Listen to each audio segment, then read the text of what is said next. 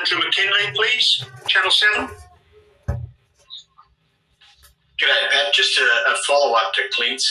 We're getting reports back here now of up to 4,000 police surrounding the hotel, escorts for the buses as you came in from Islamabad airport. Is that comforting or concerning? And is it comforting from a point of view that you can just concentrate solely on cricket? No, it's comforting. Really lucky to be surrounded by so many professionals. That was one of the big, factors that we wanted to be really thorough on. Before arriving here, was not only security but biosecurity, and everyone's done a fantastic job. So we feel like we're here, we can just concentrate on the cricket. There's lots of things going on around which might be a little bit different to what we're used to, but we know it's being taken care of, so we can just really enjoy our first tour here in 24 years, and there's no distractions other than the cricket. Thank you. Mir Shabar Ali of Dawn, please. Yeah, thank you. Hi, Pat, and welcome to Pakistan. Thank you. So I wanted to ask, what has finally changed the perception of the country after years of uncertainty in the players' minds about Pakistan? And has Pakistan's on-field performances contributed to it being taken more seriously in the recent times? I think we've always known that Pakistan's an incredible cricket nation. We feel lucky that we get to come back here after basically a whole generation didn't get that opportunity to come over and play Test match or any cricket over here. I think over the last few years it's slowly been slowly had more and more cricket. Even George Bailey here, who's our selector, came and played a couple of days a few years ago. Obviously the PSL's been hugely successful over the last few years. So I think a combination of having more and more cricket here has meant that not only can we get back here to play a game, but we've got 3 Test matches, ODIs, a T20, to come back and have a full tour, which is just tremendous. We know how fantastic Pakistan have always been. We're fortunate that they've come out to play us in Australia, so it's great we can return the favour and play here. Moe Shah, please, for the news. Yeah, welcome to Pakistan. Over more than 2 decades, our fans in Pakistan, they have been deprived of watching cricket, watching Australia live on their on grounds for say weak or fake reasons. I will say rather. So, what message do you have for fans in Pakistan, cricket fans in Pakistan, for the Test series especially? I think that's one of the things that makes me so excited to be over here is just the fans. Whenever we come over to play in the subcontinent, the fans are just so different to Australia. They're loud, they're really passionate, and I'm sure Pakistan's going to be no different. So it's great. We're going to have crowds. I just urge everyone that can come along, come and watch. It's the first Test matches between the 2 countries over here in 20 odd years. So it's a special moment. We feel privileged as players. So hopefully the fans can enjoy it and make some noise. Adris Malik, please.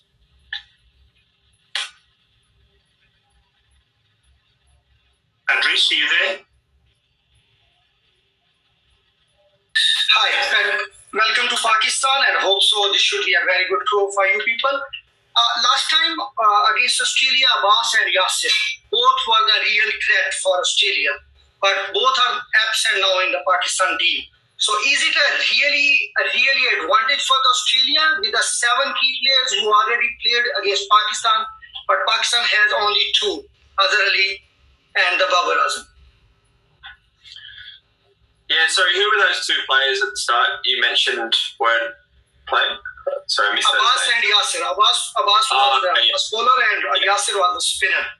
Yeah, I think they might be in a reserve squad, so I wouldn't be surprised if they come in at some stage. But I think one thing with the Pakistan team is that you've always got a lot of young guys that come through and shine straight away. So you've seen a lot of the fast bowlers in recent years have stood up in especially white ball cricket. So it's a new challenge and some batsmen that we haven't played against. So we've done a bit of research and we'll look deeper as we go closer to the games. But I think that's one of the exciting things is,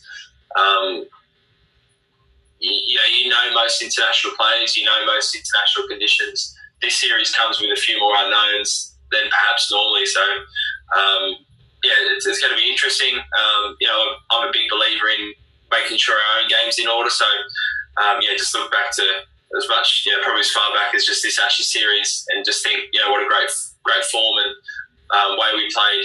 So, we'll probably be looking at that style of play more so than any of the opposition we might come up against. Thanks, Christy Doran. Thank you very much, Idris. Christy Doran, please, Fox Sports. Thanks very much. Hi, Pat. Tell me just some of those unknowns that you're talking about and keeping, looking after yourselves, first of all. First overseas tour in a long while. Tell me, how does all of that kind of, when it comes to selection, how does that change it? Does it change it at all? And do you think underneath yourself as captain that continuity is something that you would like, or is it more of a horses approach? And just how does it change with Justin Langer leaving the selection around the team? Anything at all? I think it's striking that balance. You want to pick your best 11 side, for each game in unknown conditions. I mean, the real changes again over here in subcontinent are normally the conversation around two spinners or all three quicks. But no, we'll get out to the ground in the next few days and have a look. There are some unknowns, but there's also been some test cricket played here, and we feel really confident in our squad. We've got all bases covered. But I think you don't need to look into it too deeply unless the conditions really, really are telling you something else. How Jay will change. I'm not sure, to be honest. Andrew McDonald will come in as interim coach and have a seat at that table. So, I doubt you'll be seeing any huge changes. Dan Braddock, please. G'day, Pat. Welcome to Pakistan. I've got a couple for you. First one, can you just talk about how handy it's going to be to have Fawad Ahmed around? Obviously, someone who's has been playing in the PSL, knows Pakistan very well, but also has a lot of good relationships with your guys. And then secondly, just how much of a challenge it is to be only having basically 4 clear days between your arrival and playing a test match, at the other end of a long haul flight. I can't seem to remember you doing that before. Yeah, it's going to be great to have Fuzzy back around the squad. I haven't actually seen him for a few years, so it's going to be good to catch up. He's got a wealth of experience here, playing in Pakistan, PSL. He knows the venues quite well, so that's going to be really helpful. And just being just having another pair of hands around training is always great fun for the group. So good to see him again. In terms of the preparation, we knew this is what the lead-in was going to be. So we thought we could achieve a lot of it back home. So we had a really good week in Melbourne. Had some really good specific sessions. I think it actually rained here in Islamabad the last 3 or 4 days. So luckily we probably got more work in back home than if we ended up coming here early. But we had spinning wickets in Melbourne. We had reverse swing bowling sessions. We feel really well suited. One quick flight and we're here and feeling fresh. So it's perhaps not as long as some other tours, but we think 4 good days of training will be right. Thank you. Brendan from Thames, please. Good afternoon, Pat. First one, I've got two questions. The first one quick. Have you ever been to Pakistan before? No. And the second one is, you're talking about remaining relentless during the Ashes. How does that change at all between an Ashes series, which a lot of focus is on, compared to an overseas tour, and especially playing Pakistan? I think it's probably more the style of cricket when we talk about that. We had 3 test matches, I think, that went for 3 days this Ashes series. I'd be surprised if some of these test matches were that short. Over here the conditions can be quite flat. At times you can have periods of the game where it's not moving very fast, and then other times it can speed up, especially late in the game. So I think it's just, whatever our discipline is, whether it's batting or bowling, it's just making sure we're in control of the tempo, sticking at it. Test match cricket's 5 days, so make sure we're up for the grind. Clint Stanaway, please, Channel 9. Hey, Pat, just one more from me. Rod Marsh's family's just issued a statement to say he's in the fight of his life. What's been your reaction to, obviously, that news? And no doubt he's in your thoughts and the teammates' thoughts.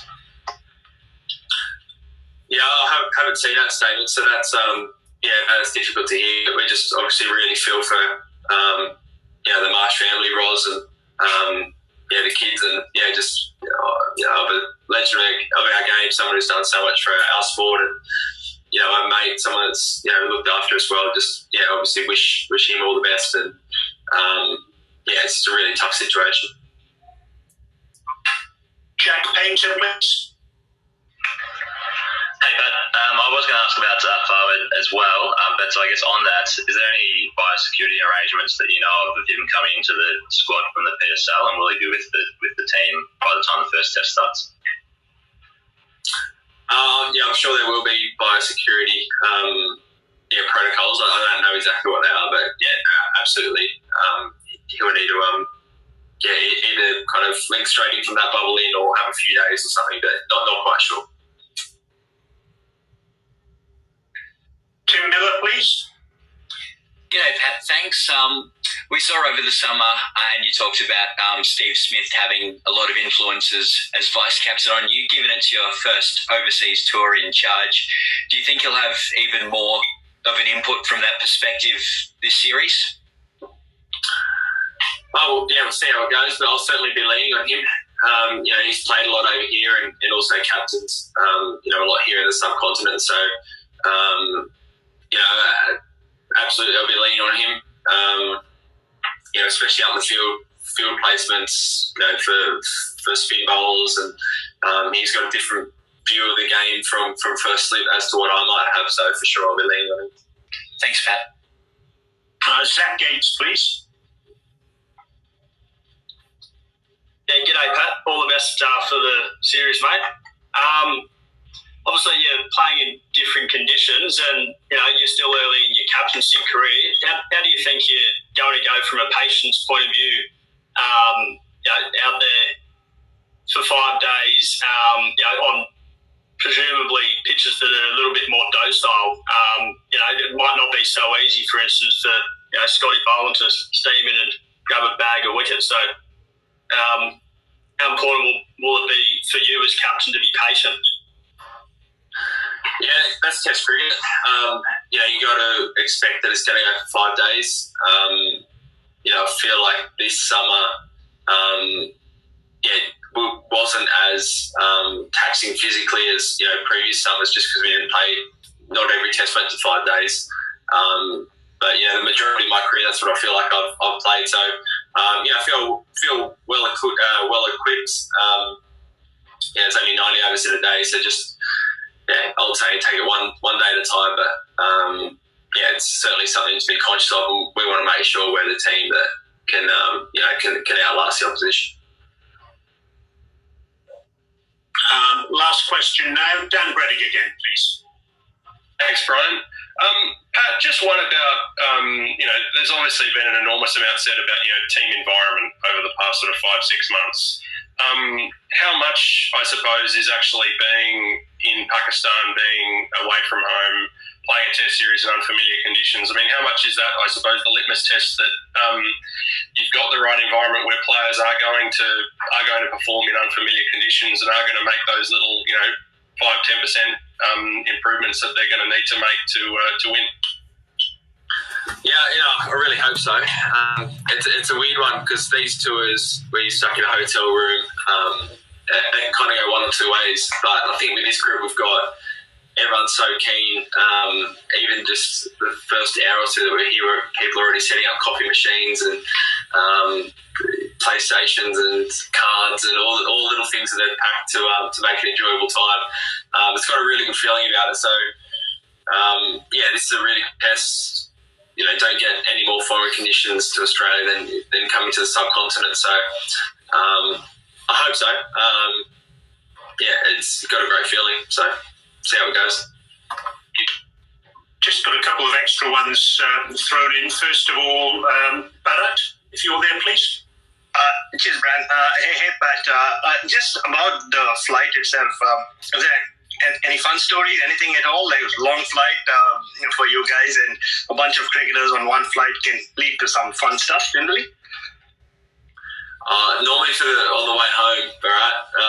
This one was pretty tame. Couple of hours, try to stay up till about 1 or 2 o'clock, and then we all crashed and woke up at 4 or 5 o'clock in the morning when we arrived. Thanks. Zahid, please. First of all, Mr. Captain, welcome to Pakistan as my many colleagues say you. As a cricketer, what will be the message to the fans of the Australian team and the cricket-loving nation? And secondly, what was the reason behind why your white ball players did not want to play to Pakistan other than the IPL? I think to all the fans, just I probably don't have to say anything because I've seen how excited they all are. Back home in Australia, as soon as the Ashes finished, they were talking about this series. It's on a really good time for Australia as well. It's kind of afternoon into evening, so there's going to be a lot of support and a lot of interest from back in Australia, which is great. In terms of the white ball, it's a really packed schedule. We're playing 15 days of Test cricket in the space of 20 odd days, going straight into 3 one-days. So I think if that was played in Australia or anywhere else in the world, I don't think you'd see the fast bowlers probably play them anyway. It's too big a workload in what we know is a 12-month a year assignment as an actual cricketer. So it's just the nature of the schedule. Turab Naqvi, please. First of all, welcome to Pakistan, and hope this tour is going to be memorable for you people.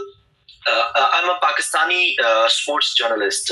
My question is, did you people just to play cricket here or to explore the culture of Pakistan? And the other question is, what's the warm message from you people to Pakistani fans cricket after the tragic situation of New Zealand's cricket, tragic moment? What the message you people give to Pakistani cricket fans? Please हमारे channel को subscribe करें. I think to the first question, we are quite restricted in what we can do here, but no, absolutely, I'll want to try and learn more about Pakistan. I've never been here. I've got some players here who have really strong connections to Pakistan, Usman, Fawad. So absolutely, I'll be leaning on them and trying to learn off them. In terms of the second question about the fans of New Zealand, it's unfortunate. Can totally understand why New Zealand made that call. So it's unfortunate. Hopefully, there's no reasons why ours should be that affected. Everything seems to be taken care of and going great. So hopefully, we can just concentrate on cricket. Last question now, Zach Gates once again, please. Hi, Pat. Just one more from me. Thanks, mate. Have you got an update on Josh Hazlewood's injury? And also, what do you make of the battle for that seamer spot between Hazelwood and Scott Boland after his awesome Ashes. Joshy's not injured. He's all good. It's going to be a tough one. Scotty Boland came straight in, bowled fantastically. We know how good Joshy is. Starkey. You think of those, us 4 quick bowlers that you can only probably pick 3. I'll leave that to the selectors. There's going to be some tough calls. It's kind of one of the blessings of having 15, 16 guys who have all performed recently and done fantastically well. There's going to be some unlucky decisions made, but that's professional sport. Please हमारे channel को subscribe करें और इसको like करें. This morning or this afternoon back home in Australia. I'm sorry for the slight delay in getting underway. Much appreciated and look forward to speaking to you again tomorrow. Thank you.